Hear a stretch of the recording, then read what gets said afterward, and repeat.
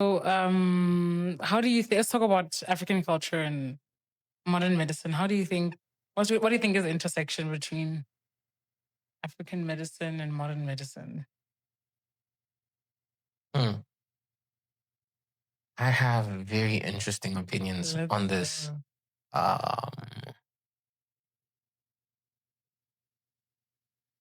So let's put it this way, right? Mm-hmm. What's the traditional? And I tend to do this a lot. I'll go this way, but I'll come back. Yeah. The litacy, Yes. right? When's the last time you wore that?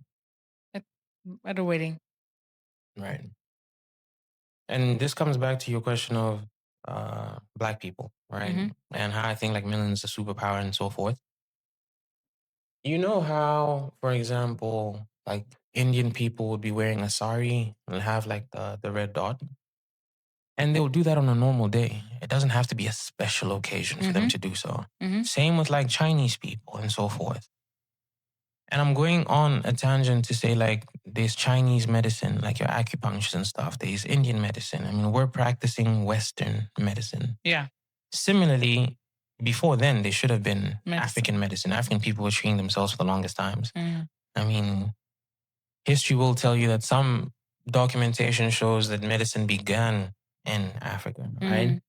It's just that when it comes to us, it's just umbrella termed as witchcraft. Which I tend to kind of have a problem with because it's like the spade thing, as invasive as it is, works. All right. Like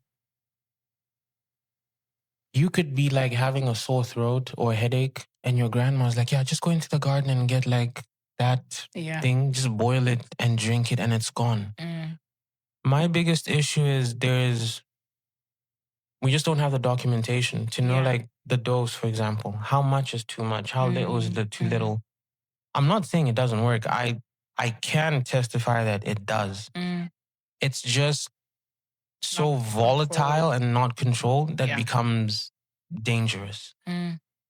Same with, I think we should embrace it more, and maybe we should have that conversation with like the modern day medical people and like the tradition. I would love to have right? the traditional doctor. I'm like, yeah, my man, let's talk about it. Like, so this thing, how does it work? Yeah. Like, how exactly? Because I can explain to you, like, how we did blood pressure. I can tell you that this is what's happening in your body, and this the is what the medication medication is doing does. this. Yeah. So this root or this thing, What does it do? also, can I give this to a 2-year-old and a 20-year-old? Because again, in Marina, we saw a lot of kids with like damage to the kidneys and the livers because grandma gave traditional medicine, didn't know how much was too much.